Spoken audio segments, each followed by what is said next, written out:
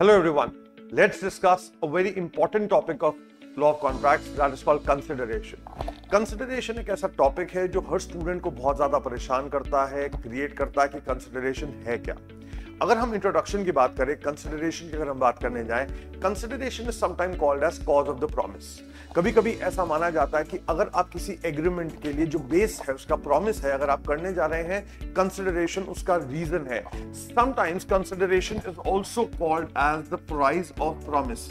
याद रखें, कंसिडरेशन को कभी कभी प्राइस ऑफ प्रॉमिस भी कहा गया है। कंसिडरेशन को एक और वर्ड से कहा जाता है, that is called something in return, that is called as quid pro क्यो।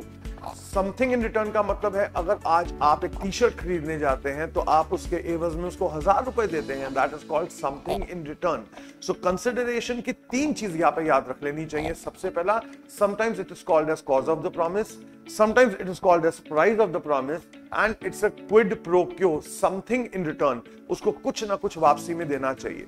When we come across the definition of consideration is provided in section 2D. Consideration की definition को section 2D Indian Contract Act में provide किया गया है। When we look at this definition, the first and the foremost essential that we should talk about, consideration will always be an act or an abstinence. कहने का मतलब ये कि consideration हमेशा किसी एक्ट या एब्स्टिनेंस का होगा। एक्ट का मतलब कोई चीज आप करने का प्रॉमिस करेंगे, या फिर एब्स्टिनेंस का मतलब कोई चीज आप ना करने का प्रॉमिस करेंगे। Second the most important essential coming from section 2D is that it is eight the desire of the promiser. इस वर्ड को थोड़ा सा ध्यान से यहां पे लेके चलना है, at the desire of the promisor. When we say desire of the promisor, we want to say कि कंसिडरेशन मूव होनी चाहिए जब कोई इंसान डिमांड करे। कंसिडरेशन सिर्फ उसी इंसान से मूव होनी चाहिए, that is called promisor. No other person can be move, उसकी डिजायर के बिना नहीं होनी चाहिए। कहने का मतलब ये कि अगर मेरे साथ में मेरे फ्रेंड ने आपसे कोई चीज ऑर्डर करी है ऑनलाइन में, और वो कहता है कि मैं पेमेंट कर दूं क्योंकि वो मेरा दोस्त है, आप मुझसे वो पेमेंट लेने के लिए बाध्य नहीं हो जाएंगे क्योंकि वो चीज मैंने नहीं मंगवाई थी। आप पेमेंट ले सकते हैं, पेमेंट किससे लेंगे? मेरे दोस्त से लीजिए जिसने आपसे ऑर्डर किया था। मैंने तो ऑर्डर नहीं किया था ना, तो पेमेंट आप मुझसे नहीं लेंगे। It should be at the desire of the promisor. अगर consideration at the desire of the promisor नहीं है तो याद रखिएगा, it will not create a liability. ये लायबिलिटी क्रिएट नहीं करता। तीसरा इंपॉर्टेंट एसेंशियल है, by the promisee or any other person. Consideration move हो सकती है प्रॉमिसी से या किसी और इंसान से। आप एक बात सोच के देखिए, अगर आज आप Amazon से कुछ ऑर्डर करते हैं तो क्या Amazon का CEO आपके लिए वो सामान लेके आता है, या वो अपने एजेंट सप्लाई करता है? एजेंट्स आपको चीजें सप्लाई करते हैं, सारा सिस्टम चलता है। कैरेट लॉज अकेडमी में भी सारी चीजें मैं खुद नहीं करता हूं, मेरे बहुत सारे एजेंट्स, बहुत सारे कोलीग्स, बहुत सारा सपोर्ट सिस्टम है जो काम करता है। तो हर चीज में काम मैं खुद नहीं करता, it is done by either promisee or any other person. Fourth most important essential is, consideration के कितने टाइप्स है? कंसिडरेशन के 3 टाइप्स है, पास्ट, प्रेजेंट, फ्यूचर। जब मैं पास्ट कंसिडरेशन की बात करूं, पास्ट कंसिडरेशन वो कंसिडरेशन होती है जिसमें हम पेमेंट पहले कर चुके हैं, या प्रॉमिस पहले कर दिया गया है, या काम पहले कर दिया गया है, बाद में कुछ हो रहा है। So it is done in the past. Present and future की जब हम बात करते हैं, प्रेजेंट का मतलब अभी आपने 500 रुपए दिए और आपको एक चीज से टी शर्ट मिल गई, तो ये हो गई प्रेजेंट कंसिडरेशन। एक हाथ ले, एक हाथ दे, उसी मिनट पर। फ्यूचर कंसिडरेशन वो कंसिडरेशन होती है जिसमें आपने पेमेंट पहले कर दी, डिलीवरी बाद में करी जाए। अगर आप कोई आज प्रीपेड ऑर्डर अगर आप समझते हैं, prepaid order is a very good example of a future consideration. आपने पेमेंट आज किया था, आपको चीज की डिलीवरी फ्यूचर में मिलेगी। इसी पार्ट पर एक चीज याद रखने की जरूरत है, यहां पर मैं एक एस्टेरिस्क लगा रहा हूं आपके लिए। जस्ट रिमेंबर, इंग्लैंड में, इंग्लिश लॉ में पास्ट कंसिडरेशन वैलिड नहीं मानी जाती है। याद रखिएगा, सिर्फ मैं यहां पर इंग्लिश लॉ लिख रहा हूं। इंग्लिश लॉ में पास्ट कंसिडरेशन वैलिड नहीं मानी जाती, प्रेजेंट कंसिडरेशन मानी जाती है और फ्यूचर कंसिडरेशन वैलिड मानी जाती है। इंडियन लॉ में पास्ट, प्रेजेंट और फ्यूचर तीनों कंसिडरेशंस वैलिड हैं। Last and the foremost essential and the most important one is some value. Section 2D एक वर्ड यूज करता है, समथिंग। एक कॉमा और एक कॉमा के बीच में वर्ड आता है, लास्ट वर्ड है समथिंग। समथिंग है some value. Some value in the eyes of law. याद रखिएगा, some value in the eyes of law. Consideration तभी मान्य होती है, तभी वैलिड होती है जब लॉ उसको कुछ वैल्यू करता हो। पार्टीज वैल्यू करती हैं, ये बात सही है, लेकिन लॉ का भी उसको वैल्यू करना जरूरी है। और जब ये पांचों एसेंशियल्स पूरे हो जाते हैं तब हम कहते हैं कि ये एक वैलिड कंसिडरेशन है। When we talk about the importance of consideration, कि सर एक बात बताइए कि कॉन्ट्रैक्ट में या एग्रीमेंट में कंसिडरेशन होना कितना जरूरी है, तो यहां पर हमें सेक्शन 25 मिल जाता है जो ये कहता है कि एक वैलिड एग्रीमेंट बनाने के लिए कंसिडरेशन होना जरूरी है। To make a valid contract you require consideration.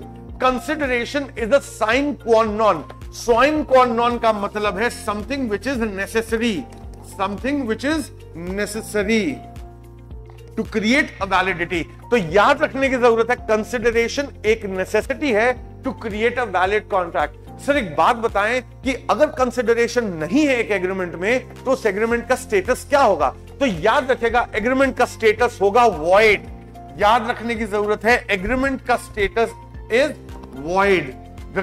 General rule is that agreement made without consideration is void. Sir ये आपने कहा कि ये एक जनरल रूल है, तो क्या इसके एक्सेप्शन संभव है? Answer is yes.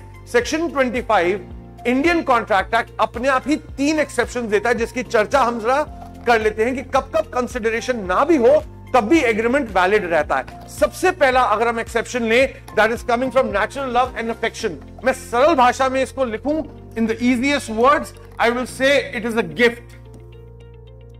ये एक गिफ्ट है। आप गिफ्ट के पैसे तो नहीं लेते ना गिफ्ट देने के लिए। अगर आज आप मेरे को कोई गिफ्ट दे रहे हैं, मान लीजिए मेरा बर्थडे है, तो आप मुझसे पैसे मांगेंगे? नहीं। तो गिफ्ट में कोई भी पैसा कंसिडरेशन इन्वॉल्व नहीं होता। Gift coming out of natural love and affection, ये एसेंशियल्स तो है ही है। नेचुरल लव एंड अफेक्शन पर किसको देना है गिफ्ट? प्लीज रिमेंबर, याद रखिए, नियर रिलेटिव को। नियर रिलेटिव को गिफ्ट दे रहे। सर नियर रिलेटिव का मतलब क्या होता है? याद रखिए, it is coming a relative, मतलब एक relation coming out of marriage, coming out of blood, coming out of adoption. So याद रखिएगा, अगर आप एक गिफ्ट किसी भी नियर रिलेटिव को देते हैं जो मैरिज, ब्लड या एडॉप्शन से आ रहा है, तब हम उसको कहते हैं वो वैलिड है। लेकिन ये गिफ्ट, याद रखिएगा, ये गिफ्ट देने की प्रक्रिया हमेशा राइटिंग में होनी चाहिए और ये हमेशा रजिस्टर्ड होना चाहिए। ये गिफ्ट देने के लिए, इस गिफ्ट को वैलिड करने के लिए, ये हमेशा जब भी आप गिफ्ट देंगे ये लिखित में होगा और इसको रजिस्टर करना मैंडेटरी होगा। सेकंड एक्सेप्शन जहां पे कंसिडरेशन नहीं होती या रिक्वायर्ड नहीं होती, that is called as past voluntary service. जब हम पास्ट वॉलंटरी सर्विस की बात करें, सरल एग्जांपल दिमाग में बना लो कि किसी ने एक्ट पहले किया, एक्ट आपने पहले किया और एक्ट करने के उपरांत प्रॉमिस केम लेटर, प्रॉमिस उसके बाद आया। इसको आप कहते हो फर्स्ट और प्रॉमिस केम लेटर। सर एक एग्जांपल दे दीजिए। मान लीजिए मेरा वॉलेट कहीं छूट गया है, मेरा वॉलेट कहीं छूट गया है, आपने मेरा वॉलेट मुझे ढूंढ के दिया, मैंने आपसे वादा किया कि मैं आपको 5,000 रुपए दूंगा। मेरा वॉलेट आपने मुझे वापस किया, यू रिटर्न माई वॉलेट, और मैंने आपको कहा, मैंने आपको प्रॉमिस किया 5,000 रुपए मैं आपको दूंगा एज अ रिवॉर्ड। इसे हम क्या कहते हैं? As a reward. अब सवाल आया कि इसमें वॉलेट तो आप मुझे पहले दे चुके थे, तो क्या ये 5,000 रुपए की कंसिडरेशन वैलिड है? तो आंसर आया yes, it is valid and enforceable. इसे आप जाके कोर्ट में जाके लागू भी करवा सकते हैं और मुझे बाध्य भी कर सकते हैं कि मैं आपको 5,000 रुपए दूं। This is called past voluntary service. Past मतलब पहले आपने मुझे वॉलंटरी दिया, पहले आपने मुझे वॉलंटरी सर्विस दी, बाद में मैंने आपको वादा किया और मैं एनफोर्सेबल है। कंसिडरेशन आपकी तरफ से पहले ही मूव हो चुकी है, ये वैलिड कंसिडरेशन है। ऐसा एग्रीमेंट अगर किया जाएगा ये एनफोर्सेबल है। तीसरा एक्सेप्शन जो सबसे ज्यादा डिस्टर्ब करता है स्टूडेंट्स को, जिसे हम कहते हैं time barred debt. Time barred debt को समझना होगा। मान लीजिए एक डेट है, सबसे पहले मानिए एक डेट है, ये लिमिटेशन एक्ट से बार्ड है, ये लिमिटेशन एक्ट से बार्ड है। बार्ड का मतलब अगर आप ऐसे समझे, इस वर्ड का मतलब यह है कि मान लीजिए मैंने अगर आपको 1 लाख रुपए दिए थे, तो मेरे पास 3 साल का टाइम है उस 1 लाख रुपए को रिकवर करने के लिए। टाइम बार डेट तब कहलाती है जब ये लिमिटेशन एक्ट के दिया हुआ टाइम खत्म हो जाता है, वहां मेरा राइट तो बचता है पर मेरे पास रेमेडी नहीं होता, मेरे पास रेमेडी नहीं होती। अब मैं कोर्ट में जाके अपने 1 लाख रुपए आपसे रिकवर नहीं कर सकता। अब यहां पर एक ट्विस्ट दिया गया कि मान लीजिए एक ऐसी डेट है जिसे मैं कोर्ट में लेके नहीं जा सकता। अगर कोई इंसान इसे एक्नॉलेज कर लेता है, यहां पर एक वर्ड को याद रखिए, एक्नॉलेज कर लेता है, ये एक्नॉलेजमेंट राइटिंग में होनी चाहिए और ये एक्नॉलेजमेंट साइंड होनी चाहिए। ये एक्नॉलेजमेंट राइटिंग में होनी चाहिए, साइंड होनी चाहिए। अगर आप ऐसा करते हैं तो याद रखिए इसके एवज में कोई भी बनाया हुआ एग्रीमेंट, कोई भी बनाया हुआ एग्रीमेंट वैलिड होगा। Any agreement made out of this acknowledgement is valid. इसका एक एग्जांपल है, आपने मुझसे 1 लाख रुपए दिए थे, लेकिन मैंने 1 लाख रुपए मैंने आपको दिए थे, आपने मुझे देने थे 1 लाख रुपए, अभी आपने मुझे दिए नहीं, टाइम बाद डेट हो गया। आपको एक दिन लगा यार निखिल सर के पैसे दे देने चाहिए, आपने मुझे कहा देखिए निखिल सर मैं आपको 1 लाख रुपए वापस नहीं कर सकता, उसकी जगह मैं शूज बनाता हूं, इतने पेयर ऑफ शूज मैं आपको भिजवा देता हूं। मैंने कहा ठीक है आप उतने पेयर ऑफ शूज बना दीजिए। अब आपने 1 लाख रुपए की क्या करी, एक्नॉलेजमेंट करी। ये आप मुझे लिखित में भेजेंगे, आपने मुझे ईमेल कर दिया, ईमेल में पासवर्ड लगा तो वो सिग्नेचर हो गया।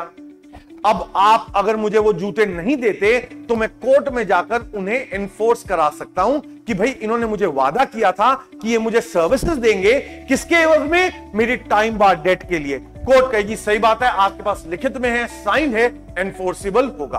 तो ये है टाइम बार डेट। यहां पर आखिरी हिस्सा कंसिडरेशन का मूव करते हैं जिसे हम कहते हैं लैंडमार्क केसेस। आज यहां पे 4 केसेस में याद कराऊंगा, जो 4 केस अगर आप याद कर लेंगे तो आप कुछ भी कंसिडरेशन में लिख सकते हैं। सबसे पहला केस जो याद रखना है, क्यूरी वर्सेस मिसा। क्यूरी वर्सेस मिसा 1875 का जजमेंट है। इसने हमें डेफिनेशन दी थी, इसने हमें डेफिनेशन दी थी कंसिडरेशन की, कंसिडरेशन की डेफिनेशन दी थी। प्लीज रिमेंबर इसमें कहा गया था consideration as a benefit to one party and detriment to other. एक पार्टी का फायदा और दूसरे पार्टी का नुकसान, ये डेफिनेशन हमें दी थी क्यूरी वर्सेस मीसा में। दूसरा case Chappell and company versus Nestle company limited. इन्होंने ये कहा था कि जो भी कंसिडरेशन की वैल्यू होगी उसकी कुछ value in the eyes of law में होनी चाहिए, जो हमने सेक्शन 2D में भी यूज किया, some value in the eyes of law. पढ़िए इस लाइन को, establish that consideration need not have intrinsic value but must have some value in the eyes of the law. कुछ वैल्यू आईज ऑफ लॉ में होना जरूरी है। आखिरी जो 2 केसेस हैं वो बहुत इंपॉर्टेंट और आपको याद होने चाहिए। सबसे पहले दुर्गा प्रसाद वर्सेस बलदेव 1879 का जजमेंट है। उसने इस फैक्टम को एस्टैब्लिश किया eight the desire of the promisor. इसमें यह फैक्टम को दिया गया, इसमें एक कॉम्प्लेक्स, शॉपिंग कॉम्प्लेक्स कंस्ट्रक्ट कराया गया था कलेक्टर के कहने पर। बाद में जब कंस्ट्रक्शन करने के बाद वो शॉप्स नहीं बिकी तो कलेक्टर ने आम लोगों को कहा कि जाके वहां पे आप शॉप्स पे काम कर लीजिए, आप जो भी कमाएंगे उसकी कमीशन कंस्ट्रक्शन, जिसने भी कंस्ट्रक्ट किया है, जो वहां का बिल्डर है, उसको आप पैसे दीजिएगा। जो लोग शॉप्स में गए उन्होंने बेचा, उन्होंने कमीशन देने से इनकार कर दिया। बिल्डर ने उन लोगों से कहा कि आप मुझे कमीशन दीजिए और इसके लिए केस फाइल किया गया। कोर्ट ने बोला कि आपने जो शॉपिंग कॉम्प्लेक्स बनाया था वो कलेक्टर के कहने पे बनाया था, ना कि उन लोगों के कहने पर जिन्होंने वहां पे आपको कमीशन देने का वादा किया। वो बाउंड नहीं है कमीशन देने के लिए, और उस पर्सन का, बिल्डर का केस रिजेक्ट कर दिया गया था क्योंकि consideration did not move at the desire of the promisor. Promisor की डिजायर पर कंसिडरेशन को मूव नहीं किया गया था। यहां पर प्रोमिसर कौन था? प्रोमिसर वो लोग थे जिन्होंने वहां पे शॉप्स खोली थी और जिन्होंने कमीशन देने का वादा किया। आखिरी केस जो यहां पर याद होना चाहिए, केदारनाथ भट्टाचार्य जी वर्सेस गौरी महमूद 1886। याद रखिए ये केस इसलिए इंपॉर्टेंट था, यहां पर एक टाउन हॉल बनाने की बात करी गई। टाउन हॉल बनाने की जब बात करी गई तो टाउन हॉल बनाने के लिए करीबन 40,000 रुपए का खर्चा था। खर्चा लेने के लिए उन्होंने सब्सक्रिप्शन सीख किया, अलग अलग लोगों से चंदा मांगा। सब्सक्रिप्शन का मतलब चंदा है। तो कुछ लोगों ने वादे किए कि हम 100 रुपए देंगे, हम 50 देंगे, और ये उस दौर की बात है जिसमें 100 रुपए की कीमत आज के करीबन 5, 7, 10 लाख रुपए हो सकते हैं। तो 100 रुपए हम देंगे, ये देंगे, वो सबने वादे किए। बाद में उस जो वहां पे चेयरमैन था जिसने टाउन हॉल कंस्ट्रक्ट कराना था, उसने एक बिल्डर को बुलाया और टाउन हॉल कंस्ट्रक्ट करवाना शुरू किया, क्योंकि बहुत सारे लोगों ने चंदा देने का वादा किया। उसमें से एक इंसान से जब कंस्ट्रक्शन शुरू हो गई और चंदा मांगा गया कि अब हमारे को बिल्डर को पैसे देने हैं, उसने मना कर दिया। लेकिन सवाल यह उठा कि क्या जिसने चंदा देने का वादा किया था क्या वो लायबल है? सवाल सरल था कि चंदा देने का वायदा आपके टाउन हॉल बनाने से पहले था कि टाउन हॉल बनाने के बाद था। टाउन हॉल बनाने से अगर पहले था तो वो लायबल है, टाउन हॉल बनाने के बाद अगर चंदा देने का वादा किया तो वो लायबल नहीं है चंदा देने के लिए। तो यहां पर सवाल था कि पहले सब्सक्रिप्शन, पहले चंदा मांगा गया था, बाद में टाउन हॉल कंस्ट्रक्ट कराया गया, सो यहां पे लायबल माना गया, इन्फोर्स किया गया, because consideration moved eight the desire of the promiser. I hope you like this video. Last words for the today. Thank you.